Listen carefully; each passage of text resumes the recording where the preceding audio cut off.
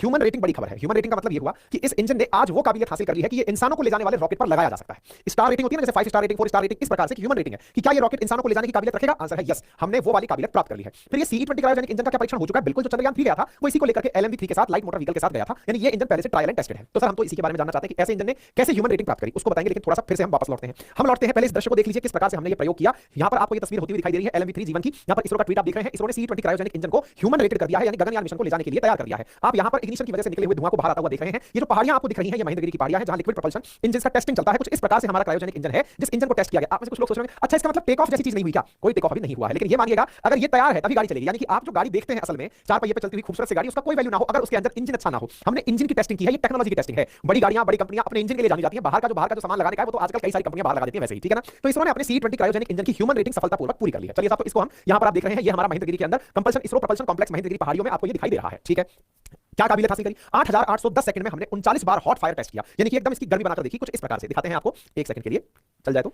हाँ, तो ये देखिएगा आपको यहां पर ये जो फैसिलिटी के अंदर ये जलते हुए, ये देखिए ये हॉट फायर टेस्ट किया जा रहा है। इस हॉट फायर टेस्ट का अभी आप फिलहाल के लिए ये समझिए कि आपके सामने केवल ये पिक्चर है। अब मैं आगे बताता चलूंगा तब आप इसको समझ पाएंगे, क्योंकि इससे पहले क्रायोजेनिक इंजन को थोड़ा डील कर लेते हैं। ये जो पीछे लगी हुई जो आपको नोदक सी चीज दिख रही है, ये क्रायोजेनिक इंजन का प्रतिरूप है, या ये समझिए कि यही क्रायोजेनिक इंजन है फिलहाल के लिए, ऐसे समझते हैं। क्रायोजेनिक इंजन को अगर ध्यान से देखें तो इसके अंदर असल मायने में एक ट्यूब जैसी संरचना होती है जिसके अंदर भरा हुआ लिक्विड फॉर्म में जो जलने वाला पदार्थ है, फ्यूल जो है, वो इस इंजन की वजह से जल पाता है। वो थोड़ा भारी हो गया, लिक्विड फ्यूल तो सारे ही होते हैं, इसमें कौन सी बड़ी बात है। हमने कहा चलो इस बड़ी बात को आसान बात करते हैं। अगर हम कभी किसी भी रॉकेट को लॉन्च होता हुआ देखें तो रॉकेट में जो चीजें जलती हैं वो जलती क्यों हैं? क्योंकि उनमें फ्यूल होता है। बोले ठीक बात है, फ्यूल होता होगा। फिर तो आप कहते हैं पेट्रोल डीजल डाल के क्यों नहीं चला देते, ढंग से चला दो। मैंने कहा पेट्रोल डीजल के साथ बड़ी दिक्कत है। पेट्रोल डीजल के अंदर कार्बन की संख्या ज्यादा होती है। बोले तो अच्छी बात है ना सर, आपने कहा था अभी ज्यादा लकड़ी होगी तो ज्यादा जलेगी, ज्यादा एनर्जी प्रोड्यूस करेगी। कार्बन तो बहुत ज्यादा चाहिए, लकड़ी में बहुत सारा कार्बन होता है। मैंने कहा बात तो आप सही कह रहे हो, लेकिन कार्बन जिस प्रकार से क्लोजली एक दूसरे के साथ जुड़ा हुआ होता है, जलने के लिए जरूरी हमेशा ऑक्सीजन होता है, और जब वो ऑक्सीजन कार्बन एटम के पास अच्छे से नहीं पहुंच पाता तो वो फ्यूल ज्यादा अच्छे से नहीं जल पाता। बोले एकदम ऊपर से गया, पता नहीं आपने क्या कहा। मैंने कहा चलो तो थोड़ा इसको साइंस की भाषा में आसान करके समझाने का प्रयास करते हैं। आपने कई बार मीथेन का नाम सुना होगा। बोले नहीं सुना। हमने कहा कोई बात नहीं, सुना होगा ऐसा मान लो। मीथेन एक कार्बन का हाइड्रोकार्बन है,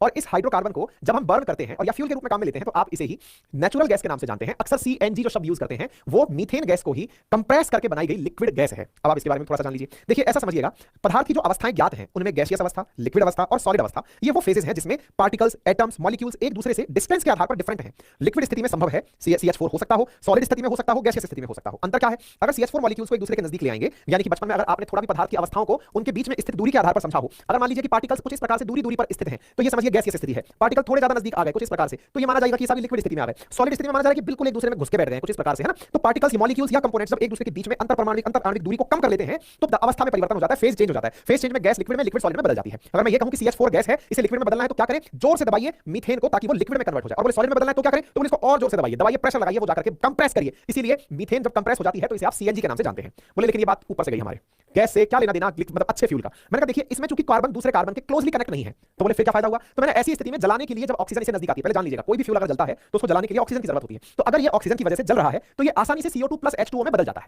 बोले अच्छा यहां से कार्बन डाइऑक्साइड बनती है। हमने कहा बिल्कुल सही पकड़े हैं। मैंने कहा अब अगर यहां पर हम थोड़ा आगे चलें, हम चले गए C2H6 के पास, C4H10 के पास, हम चले गए LPG के पास, लिक्विड पेट्रोलियम गैस के पास। कार्बन की संख्या बढ़ रही है, कार्बन को जलाकर फिर से CO2 और H2O ही बनाना है, लेकिन कार्बन एक दूसरे से काफी ज्यादा कनेक्टेड है बॉन्ड बनाकर, इसलिए ऑक्सीजन इस बॉन्ड को तोड़ने में ज्यादा आसानी से एंट्री नहीं कर पाती तो कार्बन इजीली दूर नहीं हो पाते। इसलिए तुलनात्मक रूप से CNG की तुलना में LPG को बेकार फ्यूल माना जाता है। और पेट्रोल में ये कार्बन की संख्या C8 से लेकर C12 तक पहुंच जाती है, और डीजल में C12 को भी पार कर जाती है। जितने ज्यादा कार्बन होंगे उतना ही कम दहन आसानी से हो पाएगा। बोले इसको कैसे समझे? हमने कहा ऐसे समझिए, मैंने आपसे कहा था लकड़ी आसानी से जलती है, ज्यादा लकड़ी ज्यादा एनर्जी, ये कहा था। बोले हाँ, लेकिन अगर आप विचार कीजिए लकड़ी का पूरा बंडल एक बार में अगर आप आग पर डाल देंगे तो आग बुझ जाती है। क्यों? क्योंकि लकड़ी के बंडल में एयर को एंट्री करने की जगह नहीं मिली, इस कारण से वो जल नहीं पाई। और अगर आप उसी लकड़ी को छोटे छोटे बुरादा बना करके डालेंगे वो तत्काल प्रभाव से ऊर्जा पकड़ लेती है, आग पकड़ लेती है। बोले इसका मतलब ये हुआ सर, फिर तो इस कार्बन को भी हटा ही दो। दिक्कत क्या है? कार्बन को हटा के केवल हाइड्रोजन ही छोड़ दो, फिर तो वो और अच्छे से गैस पकड़ लेगा, मतलब और अच्छे से ऑक्सीजन को पकड़ लेगा और H2O बना लेगा। मैंने कहा अब सही दिशा में पहुंच गए हो। यही किया जाता है जब इंजन की बात होती है, दहन करने की बात होती है, फ्यूल बनाने की बात होती है। अच्छे फ्यूल में मीथेन से भी अच्छा फ्यूल हाइड्रोजन है, और इसी हाइड्रोजन को अगर ईंधन के रूप में यूज किया जाए तो पॉल्यूशन के रूप में CO2 का भी निर्माण नहीं होगा और जलने से अत्यधिक अच्छी ऊर्जा बाहर निकलेगी जिसकी हाई कैलोरीफिक वैल्यू होगी। तो बोले अब आपने इतना माहौल क्यों बनाया? मैंने कहा माहौल मैंने इसलिए बनाया कि हाइड्रोजन गैसियस स्थिति में होता है, सबको पता है, लेकिन लिक्विड बनाने का जो झमेला है वो बहुत भारी भरकम काम है। यानी कि अगर हाइड्रोजन को गैसियस फॉर्म में बदलना हो तो इसके लिए अपने आप में बड़े बड़े प्लांट्स लगाने पड़ते हैं। तो बोले कितने डिग्री टेंपरेचर पर हाइड्रोजन गैस से लिक्विड में बदल पाती है? मेरे प्यारे साथियों जान करके आपको ठंडी सी लगने लगेगी। -253 डिग्री सेंटीग्रेड अगर आप तापमान करें तब जाकर के हाइड्रोजन गैस से लिक्विड अवस्था में पहुंचती है। अरे सर गैस को लिक्विड में बदलने की जरूरत ही क्यों है? सीधा बांध दीजिए तो बलून यहीं पर। मैंने कहा मेरे भाई गैस जगह ज्यादा घेरती है, ज्यादा जगह लगाकर अगर यहां पर मशीनें बांध दी गई तो फिर ये उड़ ही नहीं पाएगा, खुद के साइज से ही परेशान हो जाएगा, गैस के सिलेंडर ले जाकर दुखी हो जाएगा। इसलिए कम जगह घेरे तभी तो ज्यादा अच्छे से ऊपर उठ पाएगा। कम जगह घेरने के लिए इनको एक दूसरे के साथ कंपैक्ट करके -253 डिग्री सेंटीग्रेड पर लिक्विड में बदल करके गैस को भेजा जाता है। तो मैं आपसे जो कह रहा हूं समझिए कि यहां पर एक पाइप लगा हुआ है, उस पाइप के अंदर लिक्विड हाइड्रोजन भरी हुई है।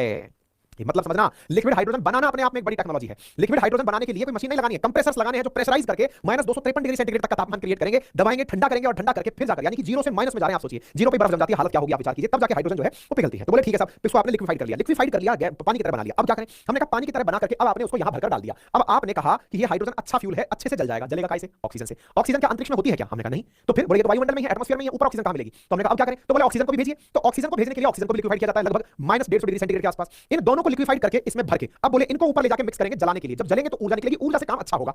लेकिन दिक्कत अब ऊपर जाकर एक अलग आ जाती है, और वो क्या है? लिक्विड ऑक्सीजन मिल गई, लिक्विड हाइड्रोजन मिल गई, लेकिन दोनों को ऊपर ले जाकर जलाना है।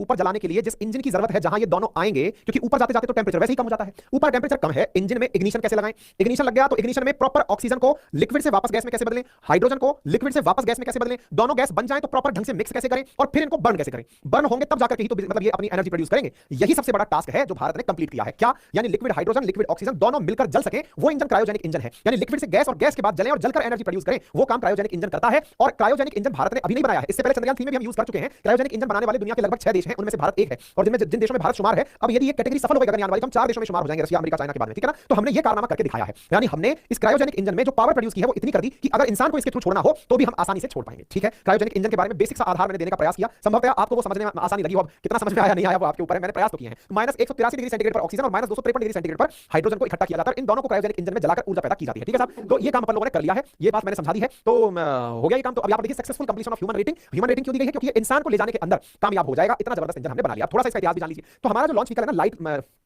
ये जो लाइट लॉन्चिंग व्हीकल है, लाइट व्हीकल मार्क 3 जो है, LVM-3, जिसको इसरो ने सबसे ताकतवर माना है, जो बाहुबली के नाम से फेमस है, इस इंजन के अंदर इस क्रायोजेनिक इंजन को सेट किया जाएगा। और ये प्रोग्राम क्रायोजेनिक इंजन का जो CE-20 वाला प्रोग्राम है, जो कि ह्यूमन रेटिंग पास वाला प्रोग्राम है, जिसको गगनयान में यूज किया जाएगा, उसका अनाउंसमेंट सरकार ने 2018 में किया था कि हम गगनयान मिशन भेजेंगे। देखिए क्रायोजेनिक इंजन की क्षमता विकसित करने में बहुत ज्यादा दिक्कतें आती हैं। जो काम आपको बहुत आसान लग रहा है, इसे करने के लिए भारत ने बहुत संघर्ष किया है। दुनिया भर के देश हमें इंजन बनाया तो देने को तैयार थे, टेक्नोलॉजी देने के लिए तैयार नहीं थे कि कैसे ये काम सक्सेसफुली हो पाए। तो इसमें हमने बहुत संघर्ष किया है ना? वो नम्मी नारायण के ऊपर जो मूवी बनी है, उस पर भी मैंने आपको ये समझाया था कि कैसे उनके मामले में क्रायोजेनिक का मामला निकल कर आया था, ठीक है ना? तो हम इस गगनयान के मिशन के अंदर, गगनयान जो मिशन भेजेंगे उसमें एस्ट्रोनॉट्स को भेजेंगे। एस्ट्रोनॉट्स के लिए हमने अभी एक बार ट्रायल भी करके देख लिया है, सक्सेसफुली सेकंड ट्रायल और थर्ड ट्रायल होने वाला है। हमारे एस्ट्रोनॉट्स फिलहाल बेंगलुरु के अंदर ट्रेनिंग ले रहे हैं। प्रॉपर तरीके से हमारे एस्ट्रोनॉट्स को 400 किलोमीटर ऊपर 3 दिन के लिए भेजा जाएगा। गगनयान के अंदर जो जाने वाले एस्ट्रोनॉट्स हैं, उनको प्रॉपर तरीके से 3 दिन ऊपर कैसे रहना है, इसकी ट्रेनिंग अभी से लगातार दी जा रही है। 2024 के मध्य में गगनयान का सेकंड फेज का मतलब परीक्षण किया जाएगा, जिसमें व्योम मित्र को भेजा जाएगा। थर्ड के अंदर फिर इंसानों को भेज दिया जाएगा। दुनिया के अगर देशों की बात करें तो दुनिया में हमसे पहले जिन देशों ने इसके परीक्षण किए हुए हैं, उसमें अमेरिका, चीन, रूस ऐसे देश हैं जो इंसानों को अंतरिक्ष में भेज चुके हैं। भारत ऐसा करने वाला चौथा देश भी होगा जो ऐसा काम कर पाएगा। तो उम्मीद है सभी साथियों को जानकारी समझ में आई होगी। अगर आई हो तो सभी साथी इस सेशन को लाइक और शेयर करना बिल्कुल ना भूलें। चैनल पर नए हैं तो सब्सक्राइब करें। और सबसे जरूरी जानकारी वो ये है कि यदि आप में से कोई भी साथी मेरे साथ जुड़कर